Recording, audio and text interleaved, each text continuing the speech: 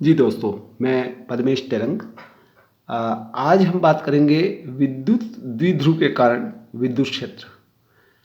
इसमें भी अध्यारोपण का सिद्धांत लगेगा कि प्रत्येक आवेश जो है द्विध्रुव में प्लस क्यू है और माइनस क्यू, प्रत्येक आवेश के कारण हम ई निकालेंगे, विद्युत क्षेत्र निकालेंगे और उनका फिर योग कर लेंगे। तो अब हमको ये कहा जा गया है कि अक्षीय रेखा पर कोई बिंदु पी है, उस पर विद्युत क्षेत्र निकालिए। ठीक है, सबसे पहले विद्युत द्विध्रुव देखिए। ये द्विध्रुव है, पॉइंट ए पर माइनस क्यू चार्ज है, पॉइंट बी पर प्लस क्यू चार्ज है, बीच का मध्य बिंदु है और दोनों चार्ज के बीच में, दोनों आवेश के बीच की दूरी है 2a। अक्ष पर कोई बिंदु है, अक्ष चलिए dot dot dot dot dot, ये अक्ष पर मान लीजिए बिंदु P है।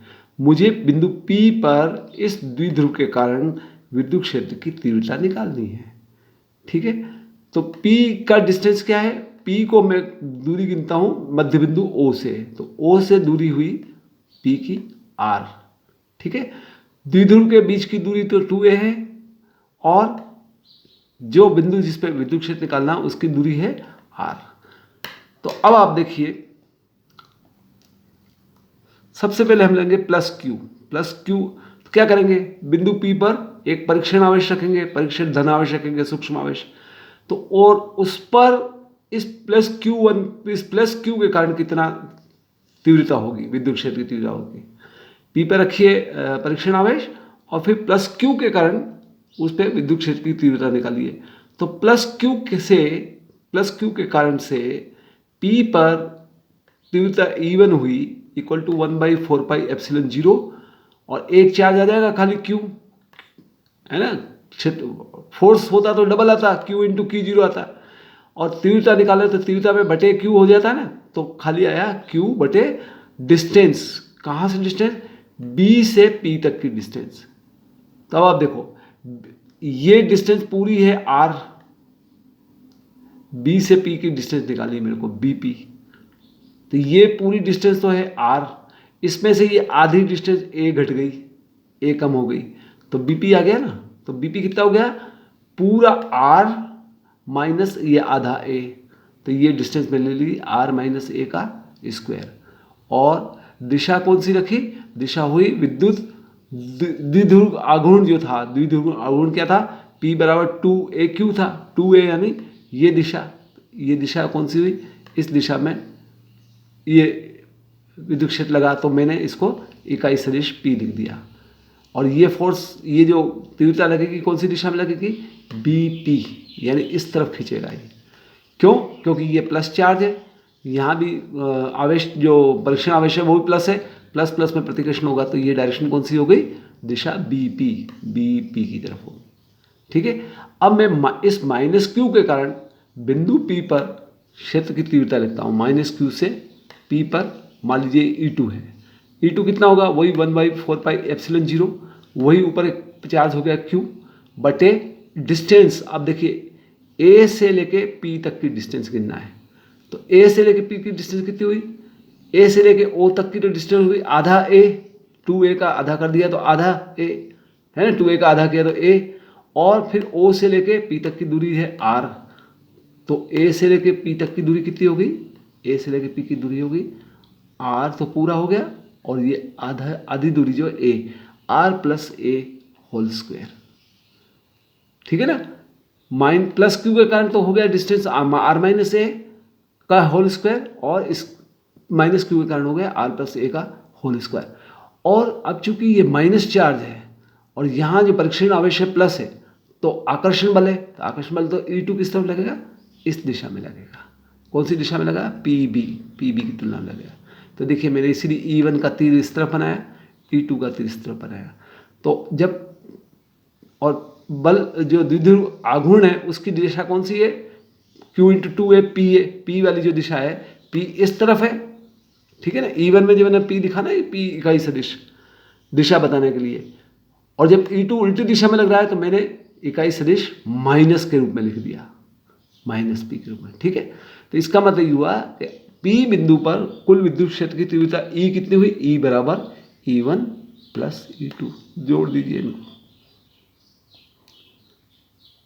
E बराबर E1 प्लस E2। E1 की वैल्यू लिख रहा हूँ मैं 1/4πε0 ये देखिए 1/4πε0 इंटू क्यू, इसमें भी 1/4πε0 है इंटू क्यू, तो ये चीज़ तो कॉमन हो जाएगी बाहर, 1/4π क्यू तो बाहर निकाल दूँ और अंदर ब्रैकेट में ये बटे 1 माइनस आर 1/r - a का स्क्वायर आ जाएगा प्लस 1/r+a का स्क्वायर। तो कॉमन क्या निकला, q/4πε। ये देखिए q/4πε कॉमन निकल गया, अंदर ब्रैकेट बना तो इसका तो आ गया 1/r - a का स्क्वायर, और ये डायरेक्शन माइनस है इसलिए ये हो गया माइनस, और ये चीज़ आ गई 1/r+a का होल स्क्वायर। देखिए यहाँ ध्यान रखिए, चूंकि डायरेक्शन माइनस है इसलिए आप यहाँ माइनस लिखेंगे। तो पहले E1 की वैल्यू लिख दी, फिर -E2 की वैल्यू लिख दी, ठीक है। अब इसको मैं सरल करूँगा, सरल करूँगा तो क्या होगा, q/4πε तो जो कहते चल रहा है, अंदर दोनों को गुणा करेंगे r - a का होल स्क्वायर इंटू r+a का होल स्क्वायर, है ना। और एक हमको बीजगणित का फॉर्मूला मालूम है कि a² - b² is equal to a+b into a-b।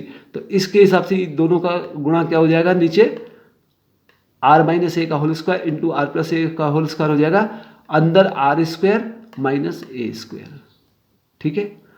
और ऊपर ये लघुत्तम लिया है हमने, है ना, और ऊपर जब सोल्व करेंगे तो ये r+a का होल स्क्वायर ऊपर चला गया 1 से गुणा करके, माइनस r - a का स्क्वायर इधर चला गया, तो ये क्या हुआ, r+a का होल स्क्वायर क्या हुआ, r² + a² + 2r है, a+b का होल स्क्वायर बराबर a² + b² + 2a होता है ना।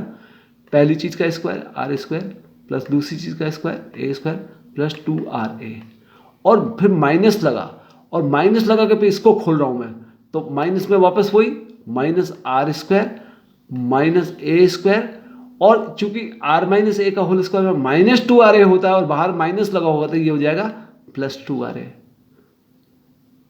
ठीक है। तो हमने सिंपल सोल्व किया इसको r+a। अब और थोड़ा आप एक स्टेप बढ़ा के लिख ले भले को कोष्ठक लगा के, तो ये चीज़ आ गई ये, और डायरेक्शन हमने चूंकि अभी हम माइनस ले लिया इसलिए अब डायरेक्शन में इसको +p के रूप में ही लिखूंगा, प्लस हो गया। तो यहाँ आपके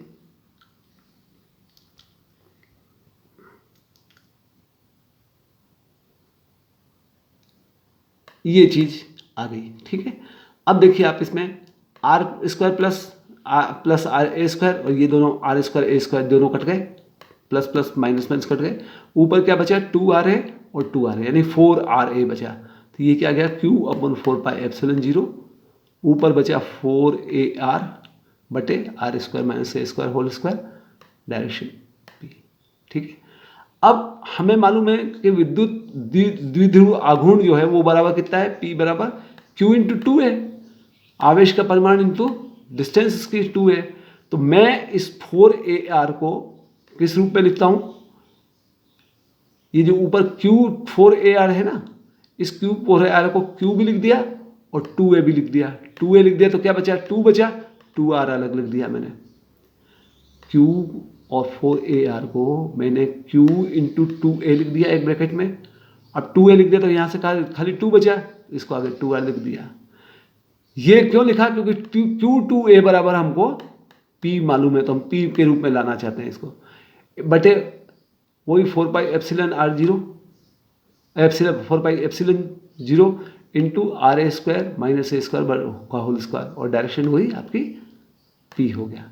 तो बराबर ये हो गया, ये q/2a की जगह हो गया p, 2r की जगह 2r बटे 4πε0 जो कि तो r² - a², ये p वापस 1/4πε0 p इंटू 2r।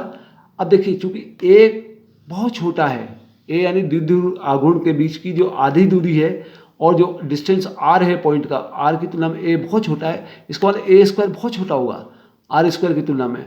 तो मैंने जो r² - a² है ना, इस a² को 0 कर दिया, मतलब नगण्य मान लिया कि a² बार तो नगण्य है, तो खाली r² रह गया, r² रह गया, तो r² के बाहर का होल स्क्वायर हो रहा है, तो ये कितना हो गया r² का होल स्क्वायर, ये ऊपर चली रहा है 1/4πε0 p2r r² को ले लिया तो r का स्क्वायर और डायरेक्शन वही p, यानी 1/4πε0 ऊपर तो हो गया 2p और ये नीचे r4 हो गया, आर स्क्वायर का स्क्वायर R4 हो गया, R4 नीचे है, R ऊपर है, तो R से R4 घट गया, नीचे क्या बच गया, R³ बन गया, बच गया।